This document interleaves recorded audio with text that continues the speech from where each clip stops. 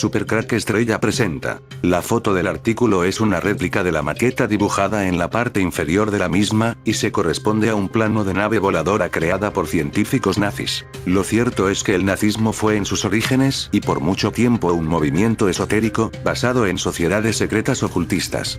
Una de ellas, la Sociedad Brill, fue fundada como la Sociedad Alemana de Metafísica en 1921, para explorar los orígenes de la raza aria, para buscar el contacto con los maestros ocultos de Thule, y para practicar la meditación y otras técnicas destinadas a fortalecer el dominio individual de la propia divina fuerza Brill. Una vez más aparece la palabra metafísica, el mundo de antimateria y el mundo donde estamos nosotros.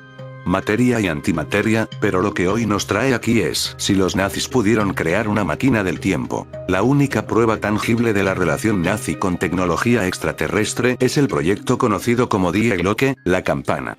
La campana fue creada en las últimas etapas de la Segunda Guerra Mundial, 1943-1945, en la locación secreta nazi conocida como Der Riese, una base experimental ultra secreta ubicada entre las montañas Soul y el castillo Xiaz. Esta base constaba de 7 laboratorios, cubiertos bajo las montañas. La base estaba vigilada por hombres de las SS. Die Glocke, cuando giraba en sentido contrario, desprendía un brillo de color violeta. La misma se hallaba atada con cadenas a una estructura circular, por lo que se desprende que podía remontarse. La campana fue destruida por los aliados cuando fue descubierta. Parece que el verdadero secreto de la campana nazi es que podía ser una máquina del tiempo, que para funcionar necesitaba activar su sistema de propulsores giratorios y realizar al mismo tiempo pequeños desplazamientos aéreos.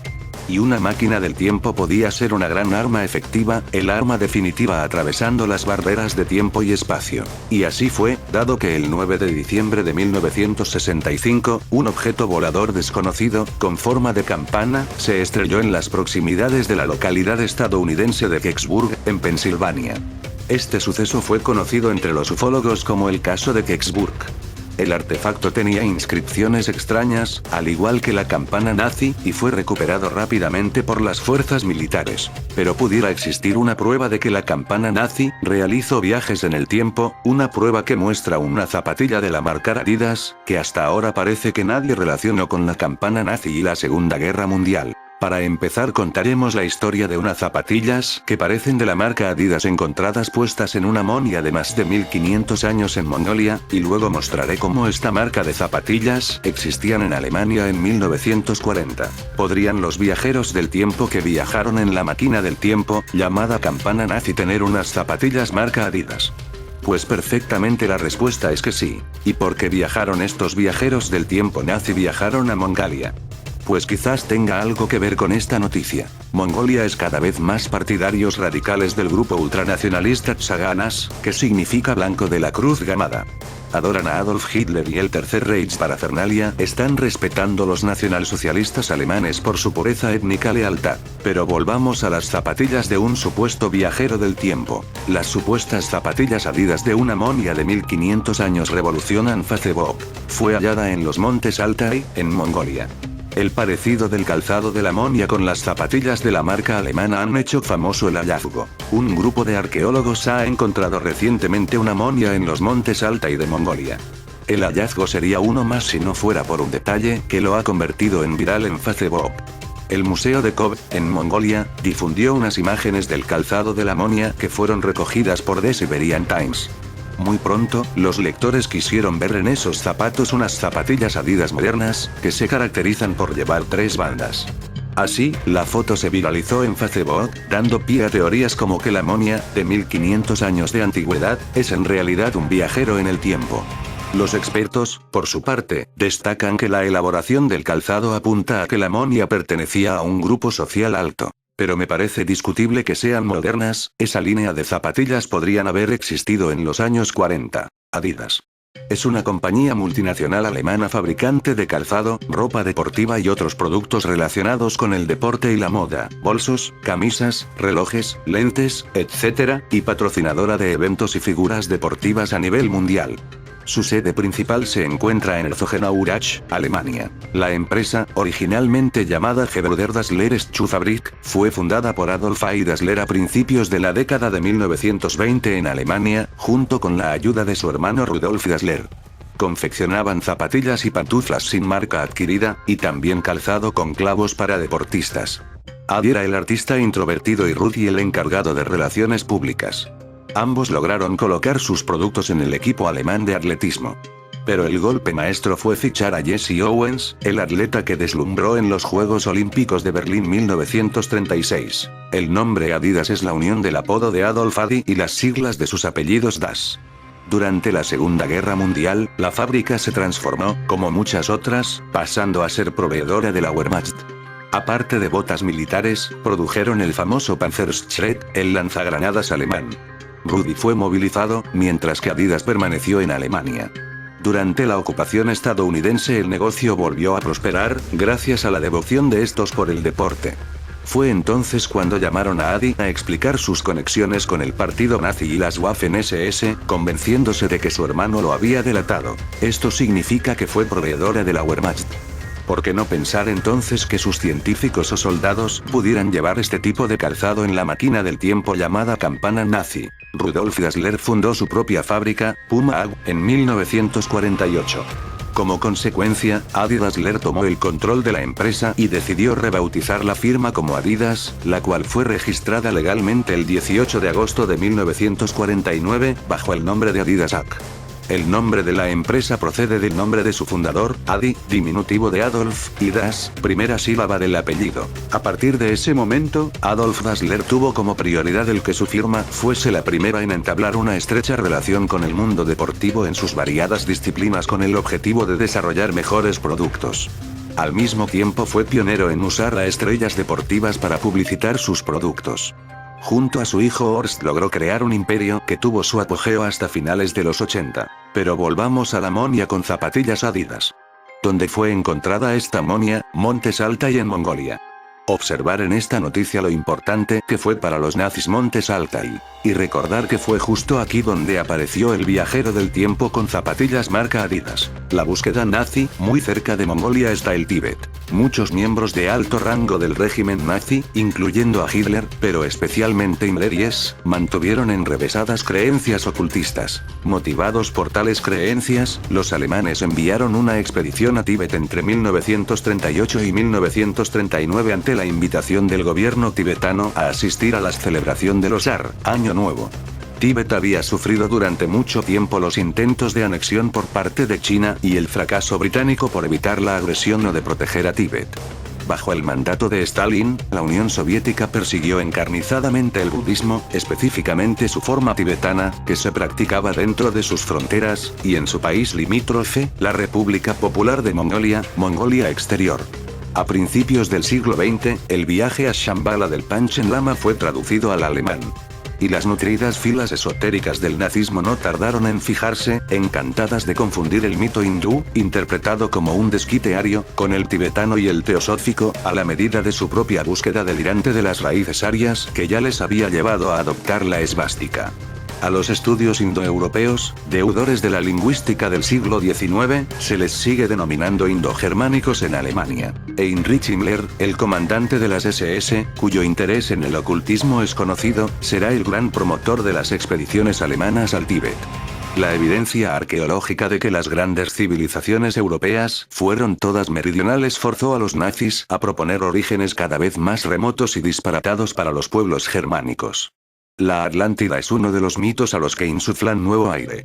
El otro es Shambhala, que contará también con una versión subterránea, Agartha. El mejor ejemplo lo encontramos en la expedición de las SS al Tíbet de 1938, dirigida por el naturalista Ernst Schaffer, un nazi de los pies a la cabeza, según un diplomático británico. Sus patrocinadores eran grandes empresas, junto a las SS y el Ahnenerbe, el Instituto de Antropología Racial presidido, precisamente, por un indólogo, Walter Ust, especialista en el Rig Veda y luego rector de la Universidad de Múnich. Entre tés con mantequilla y leche de yak, su equipo se aplicaba metódicamente a medir cráneos de los nativos y a tomar moldes de su estructura facial, junto a miles de fotografías y metros de película, Geheimnis Tibet, Tíbet misterioso. Entre ellos estaba Bruno Beger, luego condenado por identificar a casi un centenar de hebreos que después serían asesinados en Auschwitz para formar una colección de esqueletos judíos. Otro miembro de las SS, el alpinista austríaco Heinrich Harrer, escribiría su experiencia de los años 40 en 7 años en el Tíbet. El círculo se cierra con el Panchen Lama, en los años 30, visitando la Manchuria ocupada por los japoneses, aliados de los alemanes. Intelectuales entonces próximos al fascismo italiano y rumano, como Giuseppe Tuzzi y Mircea Eliade, compartieron la fascinación por el Himalaya y sus espejismos. Tras la derrota del nazismo, y con pleno conocimiento de sus horrores, la escuela aria se vuelve más siniestra, con gentes como el italiano Julius Evola, figura del fascismo tántrico, y el espadachín del nazismo esotérico, Miguel Serrano, embajador de Chile en Nueva Delhi, que escribió que Hitler seguía vivo en Shambhala. Por su parte, la ecologista y animalista francesa Savitri Devi, nacida Maximiani Portas, para evitar su deportación de Calcuta se casó con un brahman, a la postre propagandista nazi, antes de ser encarcelada por intentar reanimar el nazismo en la Alemania de posguerra. Como traca final escribió que Hitler era la encarnación de Vishnu prometida en el mito de Shambhala. Más de 100 años antes, la búsqueda de raíces europeas en Asia Central había tenido un precedente mucho más respetable en Sándor Korošik-Soma, un sículo húngaro de Transilvania, que viajó a Ladakh y se encerró en un gélido monasterio de Zanskar para sentar las bases de los estudios tibetanos.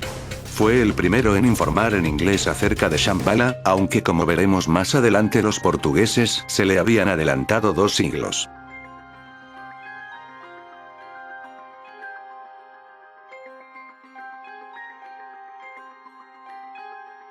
Supercrack Estrella presenta. ¿Recordáis la historia de las zapatillas Adidas encontradas en una momia de 5000 años? Pues resulta que en mi último video encontré algo asombroso. El video era sobre el conde de Saint-Germain, un ser inmortal que dicen lleva vivo desde la época de Jesús. Recorré y así hay sitios donde lo dicen, que estos seres ascendidos atraviesan un portal dimensional en el desierto de Gobi. Ver mi último video. Pues observar el parecido de las botas del el conde de Saint-Germain, y las botas marca Adidas de la momia, las imágenes no son muy buenas, pero se observa un cierto parecido. Y el lugar donde se encontró las botas de esta momia está muy cerca del desierto de Gobi. Bueno amigos, este video será muy corto, pero ¿tú qué piensas? Estamos cerca de descubrir algo. Los centros subterráneos eran muy extensos y servían a numerosas funciones.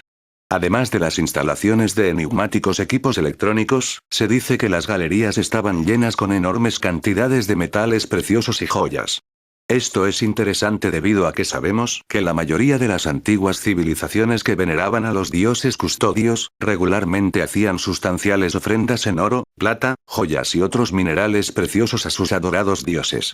Ballard alegaba que los tesoros vistos por él venían de alguna de aquellas civilizaciones. En esos almacenes está depositado el oro de los continentes perdidos, de Mu y la Atlántida, de antiguas civilizaciones del Gobi y del desierto del Sáhara, de Egipto, Caldea, Babilonia, etc. Los historiadores generalmente asumen que las antiguas ofrendas iban a la clase sacerdotal. El testimonio de Ballard indicaría que una gran parte de las piedras preciosas y metales eran almacenados por los dioses en subterráneos inaccesibles localizados en toda la tierra, quizás para ayudar a financiar sus actividades y mantener funcionando la hermandad. Las antiguas civilizaciones del Gobi y del desierto de Sáhara eran grandes civilizaciones que se cree existieron alguna vez en el desierto del Sáhara, en el norte de África, y el desierto del Gobi, en el centro-este de Asia. Al igual que Mu y la Atlántida, Gobi y Sáhara se dice que existieron antes que Sumer y por lo tanto están relegadas al estado de ficción por la mayoría de los historiadores. Según la leyenda, las civilizaciones de Gobi y Sáhara fueron destruidas en una guerra cataclísmica y se dice que eran tecnológicamente muy avanzadas. Y los desiertos en los cuales habían estado asentadas se cree que estuvieron alguna vez cubiertos con frondosa vegetación. Los geólogos modernos han descubierto trazas radioactivas, probablemente procedentes de explosiones atómicas, en esas regiones. Pero estos indicios se explican como causados por la combustión espontánea de elementos radiactivos naturales hace mucho tiempo. Otros creen que las trazas son el resultado probable de armas atómicas usadas miles de años atrás en la destrucción de las antiguas civilizaciones, donde también se destruyó la vegetación circundante, causando que sus áreas se convirtieran en los desiertos que hoy conocemos. Esta teoría de los desiertos debería ser seriamente estudiada. Un saludo y si el video te gustó pulgar arriba.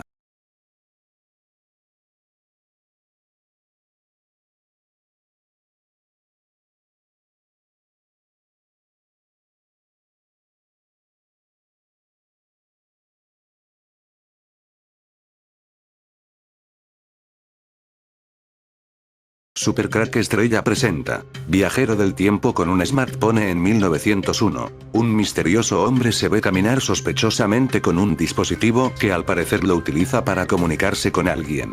¿Cómo es posible? Esta imagen es de 1901, pero si eres seguidor de mi canal Super Crack Estrella sabrás que ya en estas fechas unos años atrás un joven Nikola Tesla, a la edad de 33 años, abrió un portal dimensional en Francia. A mediados de 1889, junto a sus amigos secretos Vincent van Gogh, Robert William Chambers y otros ilustres de la época, Nikola Tesla y su máquina llamada el Trueno abrieron un portal dimensional en Saint-Rémy de Provence, Francia. Van Gogh dibujó aquel experimento del trueno en su cuadro más famoso La noche estrellada. Se dice en foros ocultos que aquello que pudo ver Van Gogh lo volvió loco. Siendo el pintor una persona extremadamente religiosa, Van Gogh estaba convencido de lo que abrieron esa noche de 1889 fue las puertas del infierno. Posiblemente la muerte de Van Gogh tenga que ver con que le hicieran callar y silenciar. De lo que vio Robert William Chambers, también esa noche de 1889 escribió su libro El Rey de Amarillo. El color amarillo marcó mucho a Van Gogh y Robert William Chambers. De ese color era el portal dimensional amarillo, y de ahí dentro salieron todo tipo de criaturas, pero también se usó para viajes en el tiempo. Y aquí volvemos a la imagen del viajero del tiempo con un smartphone en 1901. Pero además no fue el único viaje del tiempo en el año 1901. El incidente Moberly-Jourdain, o también llamado los fantasmas del Petit Trianon de Versalles, fue un evento que ocurrió el 10 de agosto de 1901 en los jardines del Petit Trianon, el cual involucró a dos mujeres, Charlotte Anne Moberly y Eleanor Jourdain. Ambas mujeres tenían antecedentes educativos, el padre de Moberly era un maestro y un obispo, y el padre de Jourdain era un vicario. Durante un viaje a Versalles, visitaron el Petit Trianon, un pequeño castillo en los jardines del Palacio de Versalles, donde supuestamente experimentaron un viaje al pasado, y vieron a María Antonieta, así como otras personas de la misma época. Después de investigar la historia del palacio, y comparar de la descripción de su experiencia, en 1911 ellas publicaron su trabajo en un libro titulado An Adventure, una aventura, bajo los nombres de Elizabeth Morrison y Frances Lamont. Su historia causó sensación, y fue objeto de muchas burlas. Obsérvese que este viaje del tiempo ocurre otra vez en Francia, cerca del castillo Petit Trianon, el lugar secreto donde Nikola Tesla usaba su máquina trueno en experimento controlados por la realeza y el Vaticano. Anne Moberly y Eleanor Jourdain nacieron en familias aristocráticas francesas a finales del siglo XIX. Educadas en los mejores colegios y universidades, con varios libros publicados y trabajando como rectora y vicerrectora respectivamente del prestigioso colegio St. Hugues para señoritas de la alta sociedad. Entre sus pasiones estaba la historia, lo que las llevó a hacer diversos viajes alrededor de Europa en tiempos de vacaciones del colegio. El 10 de agosto de 1901 decidieron visitar el Palacio de Versalles que nunca habían visitado antes. El recorrido por el palacio transcurrió sin incidentes. Versalles era ya para esa época un lugar turístico famoso y centenares de personas lo visitaban a diario. Luego de unas horas recorriendo el palacio, decidieron que ya habían visto lo suficiente de él y se dirigieron a los alrededores. Recorriendo los jardines de Versalles encontraron un pequeño camino peatonal que comunicaba el palacio con una casa campestre en las cercanías que se le conocía con el nombre de Grand Trianon, pero para su decepción al llegar al lugar lo encontraron cerrado al público por reparaciones, por lo que decidieron entonces ir a visitar una pequeña casa de campo que quedaba cerca de ahí y que se le conocía como la Petit Trianon. El camino que separaba las dos casas de campo cruzaba un pequeño bosque donde los antiguos reyes solían cazar en su tiempo libre. Muy pronto, Moberly y Jourdain se sintieron perdidas, y durante minutos vagaron por el bosque hasta que encontraron a un hombre sentado a la orilla del camino. Al acercarse a pedir direcciones se dieron cuenta que el hombre vestía de soldado antiguo, y al acercarse ellas a preguntar por la Petit Trianon, este les dio direcciones en un francés con acento extraño. Al acercarse más a la Petit Trianon, las dos mujeres encontraron varios hombres que trabajaban en los jardines de la casa de campo, todos vistiendo atuendos antiguos. Ellas, pensando que todo era parte del atractivo turístico, no se sintieron demasiado sorprendidas excepto por uno de los jardineros que tenía mirada malévola y lo que parecía ser marcas de viruela en la cara, que en 1901 ya era una enfermedad muy poco frecuente. Mujeres de atuendos antiguos salían del granero y se detenían por un instante a mirarlas a ellas de reojo para luego retomar sus ocupaciones. Soldados se veían a la distancia patrullando la zona y finalmente, una mujer vestida en un lujoso traje veraniego con un excéntrico peinado acompañada de muchas sirvientes y un par de niños. Luego de darle la vuelta al Petit Trianon decidieron regresar hacia el palacio, tomaron la ruta por donde habían venido, entrando de nuevo en el bosque, pero el camino se les hizo extraño, de alguna forma diferente al camino original a tal punto que pensaron que habían equivocado la ruta, pero segundos después se toparon con un grupo de turistas, los primeros que veían desde que se dirigieron al Petit Trianon. Luego al llegar a palacio preguntaron a uno de los guías sobre la gente con ropa antigua en el Petit Trianon y estos sorprendidos les dijeron que no había ningún evento programado para el lugar y que no sabían a qué se referían. Meses después volverían al lugar y su sorpresa fue mayúscula al encontrarlo completamente diferente a como lo habían visto la primera vez. Un puente y un kiosco que adornaban la entrada ya no existían y los únicos habitantes de la casa eran los cientos de turistas que pasaban por el lugar. Estupefactas, decidieron contar la historia de lo que había pasado en un libro, pero por miedo al escarnio y en su posición académica prestigiosa lo hicieron bajo seudónimos. Solo hasta después de su muerte se supo que habían sido ellas las verdaderas autoras del libro. Después de investigar los libros de historia, se dieron cuenta que la mujer con el atuendo elegante que vieron fue probablemente la misma María Antonieta que pasaba gran cantidad de tiempo en el Petit Trianon. El libro fue una sensación en Francia, pero al mismo tiempo fue abiertamente ridiculizado y criticado, pues historiadores señalaban detalles que no tenían sustento histórico alguno, como por ejemplo el puente y el kiosco que ellas afirmaban haber visto. Pero años después de la publicación del libro, aparece en la biblioteca de una de Loas Abadías un mapa de la Petit Trianon de la época que mostraba tanto el puente como el kiosco justo en el lugar donde ellas los habían visto. Viajaron en el tiempo por unos instantes, vieron fantasmas o simplemente se toparon con alguna fiesta o representación privada. Eso nadie lo sabe y aunque evidencia ha salido defendiendo cada una de estas hipótesis, quedará para siempre el incidente del Petit Trianon en los misterios sin resolver de la historia. ¿Tienes dudas de los expuesto aquí? Pues entonces mira esto y alucina con Nikola Tesla. Desarrolló la idea de la tecnología del smartphone en 1901. Si escuchaste bien, Nikola Tesla desarrolló la idea de la tecnología del smartphone en 1901. El mismo año de foto del hombre con teléfono móvil en la mano. Intentaré dejar el link del video del hombre con móvil en la descripción del video. Desarrolló la idea de la tecnología del smartphone en 1901 en su carrera por desarrollar la radio transatlántica. Tesla describió a su patrocinador y socio de negocios JP Morgan un nuevo medio de comunicación instantáneo que consistía en recolectar mensajes de telegramas que se canalizarían hasta su laboratorio, donde serían codificados. A cada uno se le asignaría una nueva frecuencia y esta se transmitiría a un dispositivo que cabría en la mano. Fue el primero en pensar en la revolución de la información en el sentido de la entrega de información a cada usuario individual.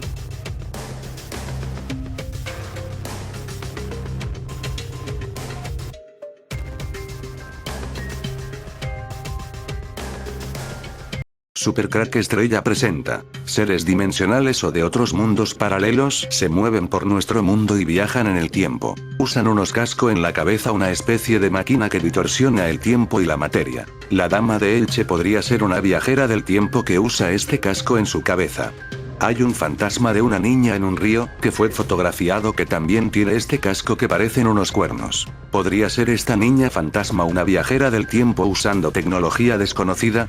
La niña fantasma que apareció en una foto hecha en un río. Si bien es cierto la fotografía habría sido tomada en el año 2014, recién se hizo pública hace algunos días, por la australiana Kim Davison, quien subió esta toma en la página de Facebook de la comunidad Toowoomba Ghost Chasers, donde Kim narra que ella estaba nadando en el llamado agujero de Murphy en el río Lockyer, localizado al sureste de Queensland, acompañada de su amiga Jessie Elu y sus 3 hijos.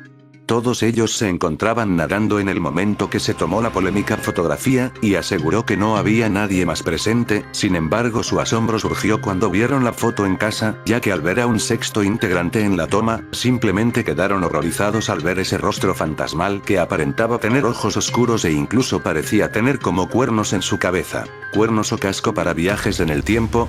Llama también la atención el color rosado de la foto niña viajera del tiempo. Una aparente naturaleza espiritual añadida, con aspecto de rubí color rosado, e interior fulgurante como el centro de un volcán activo. También podría ser un ser de otra dimensión usando una tecnología desconocida.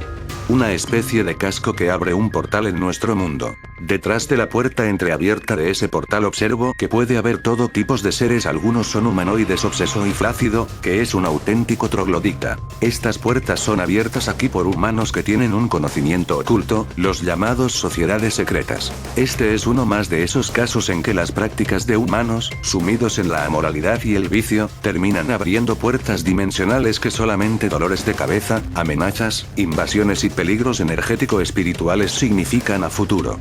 Pues la gente se muere, pero allí quedan esas puertas abiertas hacia mundos que muy poca gente puede distinguir o manejar. Viajeros del tiempo o seres de otras dimensiones no está claro. Pero sí que usan algunos de esta tecnología que parece como un casco a modo de orejeras. En el caso de la Dama de Elche es muy grande, en el caso del supuesto fantasma del río pequeñas. Dama de Elche. En 1897, los arqueólogos descubrieron un artefacto impresionante en una finca privada en la Alcudia en Valencia, España. Este hallazgo fue una estatua, un busto policromado de la cabeza de una mujer.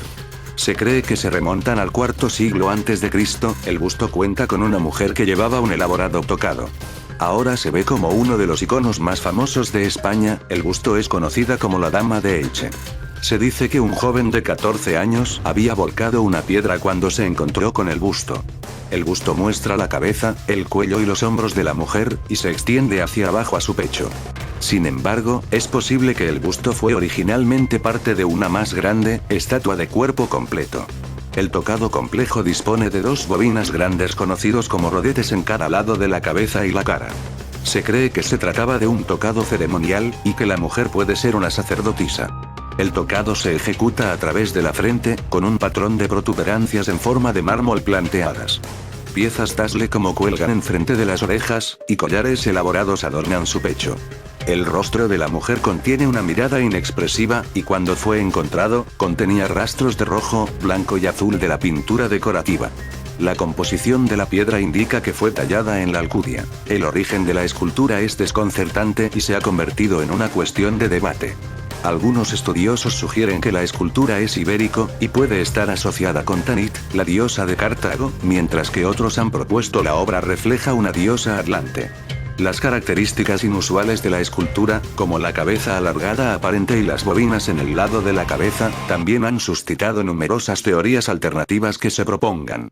Por ejemplo, según algunos investigadores independientes, las bobinas no son parte de un tocado único, pero son, de hecho, un tipo de tocados tecnológica que refleja la naturaleza altamente avanzada de la supuesta civilización Atlantis. Algunos investigadores independientes han argumentado que la cabeza de la mujer es alargada y los carretes refleja un tipo de tocados tecnológica. Un número de académicos independientes han indicado que la obra proviene de una diosa atlante, y la cara refinado característica de la raza caucásica. Si bien se le da una posible fecha de creación, podríamos catalogarla como un objeto fuera de tiempo. 1. Tecnología integrada, lo que una vez fue considerado enormes bobinas de pelo, a cada lado de la cabeza de la Dama de Elche, en realidad son tocados que se conectan en la parte posterior de la cabeza y están apoyados por el cuello y la cara. Edgar Cayce, en sus lecturas, describe la cultura de la Atlántida como muy avanzada y en posesión de la tecnología que se utiliza para el transporte de personas sin esfuerzo a cualquier lugar de la Tierra. Tal vez este es uno de estos dispositivos. Es muy difícil especular sobre esto, como lo hemos hecho ninguna referencia a esta antigua tecnología, y si esto era una escultura formado a imagen de una diosa, a continuación, lo que se pone podrían ser de un período de la historia de la Atlántida donde la gente integran la tecnología en sus actividades diarias. 2. Inusual anatomía, una de las características más interesantes de la escultura es la protuberancia del cráneo exageradamente alargado. No me había dado cuenta de esto hasta vi el perfil de la escultura, y la pequeña versión de la Dama de Elche, en muchos ejemplos, estas han alargado la cabeza, considerada una diosa similar. Que están ocultos a la vista bajo la ropa. Cabe señalar que se han identificado esculturas similares del Cusco, Sacsayhuaman y otras ciudades antiguas en Perú y alrededores. La niña fantasma con cascos en la cabeza como la Dama de Elche. Fantasma de niña ahogada apareció en fotografía de una familia en Río de Australia. De manera sorprendente, una familia australiana que se encontraba visitando Lockyer Creek, captaron en una fotografía a una niña que murió mucho tiempo atrás, donde dicha foto fue tomada mientras esta familia se se encontraba nadando en el río, y al momento de ver el resultado de esta toma, se dieron con la sorpresa que no solo estaban presentes los miembros de esta familia, sino también una niña parecía asomarse en la parte posterior de donde se encontraba departiendo este grupo de personas. Es así como esta extraña y difusa figura que parece ser una niña, apareció en medio de la familia. Kim Davison, quienes venían de paseo de la ciudad australiana de Queensland, quienes asombrados por esta fotografía, la subieron en un grupo de Facebook el pasado 5 de marzo, que trata sobre fantasmas aclarando que ese día habían solo 3 niños. De esa manera se inició la polémica respecto al origen de esta imagen fantasmal, donde muchos aseguraron que efectivamente se trataría del fantasma de una niña, que al parecer hace mucho tiempo murió ahogada en este mismo río. De esta manera, una vez más queda representado en una evidencia la presencia de estas entidades sobrenaturales, que han estado presentes siempre en este tipo de experiencias sobrenaturales, las cuales se han reportado a lo largo de la historia, a pesar que hasta ahora no existe una explicación definitiva que descarte o asegure su existencia. Esta vez les tocó vivir esta experiencia paranormal a esta familia de Queensland, en cuya fotografía se puede distinguir claramente la presencia fantasmal de una niña, que como ya se mencionó allá por el año 1915, habría muerto ahogada en el mismo río donde salió retratada en esta oportunidad. Si bien es cierto la fotografía habría sido tomada en el año 2014, recién se hizo pública hace algunos días, por la australiana Kim Davison, quien subió esta toma en la página de Facebook de la comunidad Toowoomba Ghost Chasers, donde Kim narra que ella estaba nadando en el llamado agujero de Murphy en el río Lockyer, localizado al sureste de Queensland, acompañada de su amiga Jessie Lu y sus 3 hijos. Todos ellos se encontraban nadando en el momento que se tomó la polémica fotografía, y aseguró que no había nadie más presente. Sin embargo, su asombro surgió cuando vieron la foto en casa, ya que al ver a un sexto integrante en la toma, simplemente quedaron horrorizados al ver ese rostro fantasmal que aparentaba tener ojos oscuros e incluso parecía tener como cuernos en su cabeza. Es así como Kim contó al Daily Mail Online, que en la fotografía ella era la señora de las gafas de color blanco, y que ese día en particular, solo había 3 niños allí, además de 2 adultos en el agua y otros 2 adultos en la orilla, de los cuales uno de ellos tomó la fotografía con la cámara de su teléfono. Además comentó que en la foto ella sale junto a la niña, mientras que la cabeza blanca con una especie de cuernos que salió junto a ella, no es humana, destacando además que sus dedos de tipo esquelético se encontraban sobre el hombro y en el brazo de su hija. Esta fotografía de alguna manera explicó las extrañas sensaciones que tuvieron Kim y su amiga Lu, ya que recordaron que mientras nadaban, tenían la extraña sensación de sentir la presencia de alguien más en el agua, que incluso llegó a sentir claramente tras ella mientras se dirigía a la orilla, lo cual en ese momento solo atinó a ignorarlo y que incluso su hija le contó que algo le había agarrado su pierna hasta en 2 oportunidades. Luego de este curioso incidente que parece sacado de una película de terror, algunos investigadores averiguaron sobre el caso de Doreen O'Sullivan, una niña que cuando tenía 13 años de edad, se ahogó en este río, noticia que fue publicada por el Brisbane Courier el 22 de noviembre de 1915, donde se informa claramente que una niña que murió ahogada mientras ésta se encontraba nadando en el agujero de Murphy, que posee al menos unos 6 metros de profundidad, donde el cuerpo de la menor se pudo recuperar después de 1 hora. Además, en dicha nota se resalta que este río fue considerado muy peligroso, por lo que era conocido como agujero de Murphy, y que el funeral se desarrolló un sábado por la tarde, a donde asistieron las niñas de la escuela del convento, quienes estuvieron vestidas completamente de blanco, y que así marcharon al lado de la carroza fúnebre. De esta manera nuevamente la polémica sobre la existencia de los fantasmas se ha desatado por las redes sociales, donde se debe destacar las opiniones de algunos expertos, que sostienen que entre las 2 mujeres hay otra presencia, e incluso algunos sostienen hay varios fantasmas en la fotografía, que serían todas las personas que se ahogaron en dicho río. Pero también existe la opinión de los escépticos, que piensan que esta imagen solo obedece a un efecto provocado por la sobreexposición.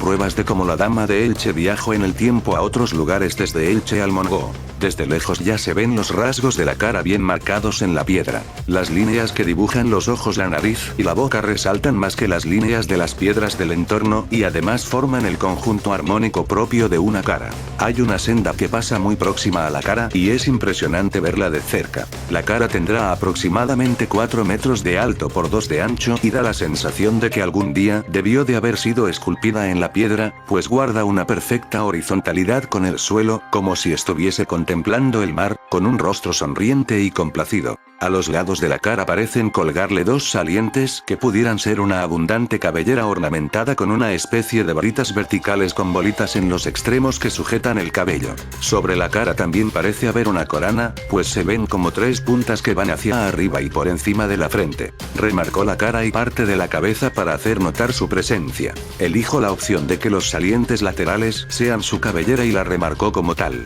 Si es una escultura es posible que sea íbera, pues los íberos anduvieron por el aquí en el pasado e incluso tuvieron 3 poblaciones en el monte Mongo. Si esta fuese una dama íbera debería de tener el cabello más oscuro. Incluso observando de cerca sigue pareciendo una cara. Es sorprendente el parecido que tiene con el busto íbero denominado la dama de Elche, pues los salientes que la cara del Mongo tiene a los lados podrían ser el mismo ornamento o estilo de peinado prominente que se observa en la dama de Elche. Los detalles de la cara también se asemejan, con los ojos ligeramente achinados y la relación de estos con la abertura de las cejas, la nariz recta, el grosor de esta y de los labios, la redondez de la cara, todo guarda un aspecto y proporciones similares en ambas caras, como si hubieran sido esculpidas ambas por el mismo artista o al menos por la misma moda, o por el mismo estilo, o por la misma cultura, que podrían ser los íberos, ya que habitaban en esta zona. Comparando ambas caras más de cerca, da la sensación de que la cara del Mongo podría pertenecer a un personaje masculino, tal vez un rey íbero.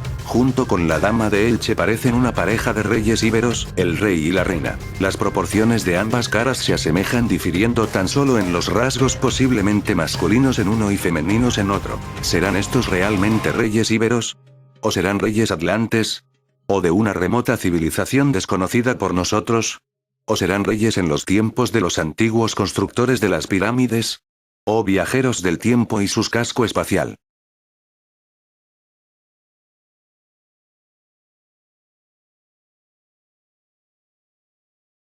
Supercrack Estrella presenta ¿Quién era el Rey Amarillo? En la novela de terror de Robert William Chambers, ¿o quién es Rey Carmesí? Que aparece en la canción The Court of the Crimson King, y también aparece en la novela de terror de Stephen King, La Torre Oscura. No hay duda de que es Satanás, de hecho este Rey Carmesí habla en susurros a Matthew McConaughey. En la película La Torre Oscura, si recordáis mi video explicación de la película La Bruja ya expliqué la escena donde Satanás habla en susurros a la chica adolescente. Es la manera de hablar de Satanás. La Torre Oscura es una saga de libros escrita por el autor estadounidense Stephen King, que incorpora temas de múltiples géneros, incluyendo fantasía científica, terror y western. Describe a un pistolero y su búsqueda de una torre, cuya naturaleza es tanto física como metafórica. King ha descrito la serie como su magnum opus, gran obra. Además de las 8 novelas que componen la serie propiamente dicha, las cuales suman un total de 4.250 páginas, muchos de sus otros libros se relacionan con la historia, introduciendo conceptos y personajes que entran en escena a medida que la serie se desarrolla. Una vez que la serie fuera terminada, una serie de cómics precuela le siguió. Esta torre, según mi conocimiento, existe en algún lugar de inframundo, o mundo subterráneo. La historia que se cuenta es la de Roland, último miembro con vida de una orden de caballería conocida como los Pistoleros. El mundo en el que vive es bastante distinto al nuestro, pero aún así contiene semejanzas asombrosas. La organización política de este mundo es similar a una sociedad feudal, comparte características sociales y tecnológicas con el viejo oeste norteamericano y posee cualidades mágicas y reliquias de una sociedad altamente avanzada aunque ya desaparecida. Mientras la historia avanza, se vuelve evidente que esa sociedad es la nuestra. La cruzada de Roland consiste en encontrar la Torre Oscura, un edificio mítico que, según las leyendas, está ubicado en el nexo de todos los universos. Se dice que el mundo de Roland se ha movido y, ciertamente, parece estar deteriorándose. Naciones poderosas son desgarradas por la guerra, ciudades y regiones enteras se desvanecen de la faz de la tierra sin dejar rastro, el tiempo no fluye de forma ordenada, hasta el sol a veces sale por el norte y se pone al este. Nuestro mundo entró en contacto con otros mundos, desde que el CERN realiza sus experimentos, algo que ocurre también en la novela, La Torre Oscura. Se dice que el mundo de Roland se ha movido. Mientras la historia avanza, se vuelve evidente que esa sociedad es la nuestra. La película que se estrena este año. Liderada por Idris Elba y Matthew McConaughey, el pistolero y el hombre de negro, respectivamente. Curiosamente o de forma siniestramente el actor Matthew McConaughey trabaja en esta película de La Torre Oscura. ¿Por qué digo esto? por el parecido que tiene esta película con la serie True Detective, donde también estaba este actor, Matthew McConaughey. En la serie True Detective se hablaba de un personaje que nunca aparece, el Rey Amarillo, y en la película La Torre Oscura nos habla del Rey Carmesí. Son el mismo personaje creados por distintos novelistas. Este personaje es Satanás. En la serie True Detective había una historia oculta. Pero esa es otra historia, podéis ver el video lo que esconde la serie True Detective. El caso es que tenemos de nuevo a este actor buscando al Rey Amarillo, que ahora se llama el Rey Carmesí. El Rey Carmesí es el principal antagonista de la serie de La Torre Oscura, de Stephen King, que tiene como principal propósito destruir la torre y dominar en la oscuridad del exotránsito. Es la representación de Satanás en Mundo Medio y, por lo tanto, el mal supremo de todo el multiverso de Stephen King. En otro libro de Stephen King, Casa Negra, es conocido con el nombre de Abaya, y en la novela Insomnia, también bajo el nombre de Rey Carmesí, es quien tiene bajo su control a los personajes malvados. Pero nos falta ver quién es este Rey Carmesí en la canción del año 1969. En octubre de 1969 salía al mercado un disco de la banda King Crimson, In the Court of the Crimson King, en la corte del Rey Carmesí, que con el paso del tiempo sería considerado como el primer trabajo de lo que se dio en llamar rock progresivo.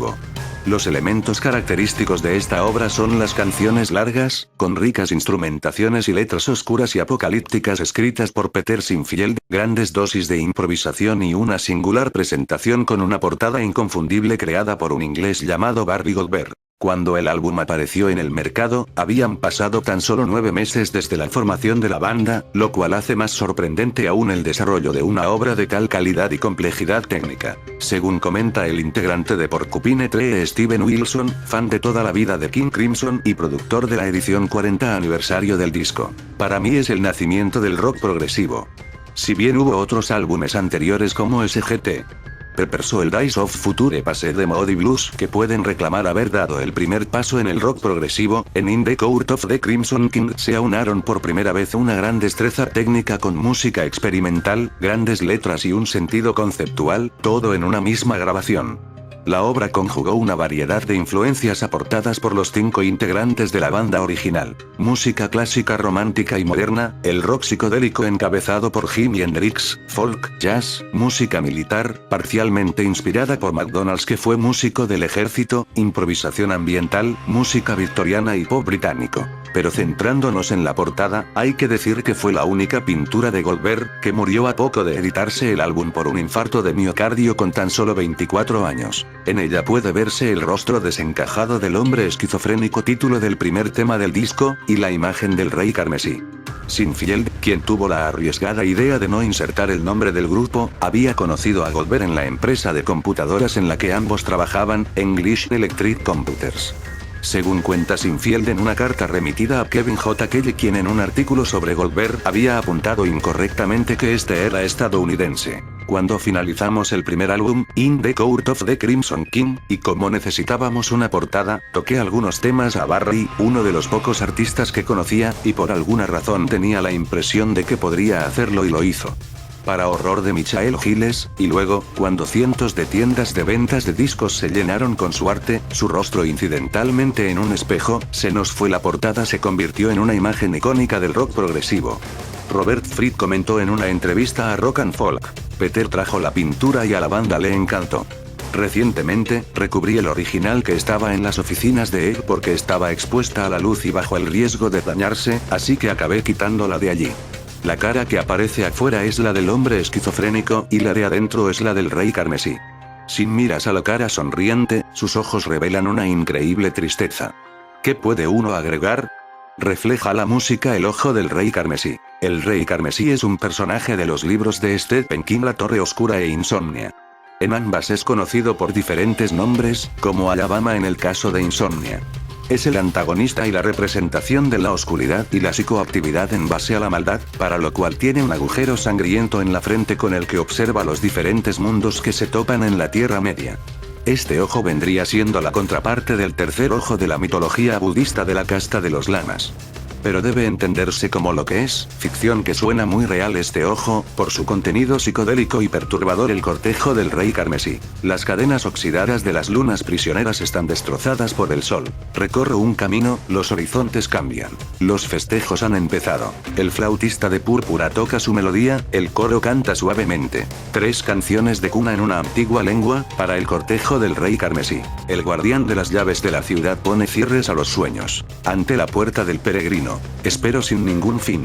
La reina de luto entona. La marcha fúnebre. Sonarán las delicadas y broncíneas campanas. Para convocar a la maga del fuego al cortejo del rey carmesí. Al tiempo que el jardinero planta un árbol perenne, pisa una flor. Persigo al viento que despide una nave para probar lo que es dulce y lo que es amargo. El director levanta su mano. La orquesta ya puede empezar a tocar al ritmo lento de la rueda de un molino en el cortejo del rey carmesí. Ante tiernos llantos de viudas en mañanas tristes, los sabios hablan sobre sandeces. Me apresuro por comprender los signos divinos que expliquen toda esta farsa. El bufón de amarillo no toca, pero suavemente raspa las cuerdas. Sonriendo ante la danza de títeres en el cortejo del rey carmesí. El hombre de negro huía a través del desierto y el pistolero iba en pos de él. Saludos Supercrack Estrella.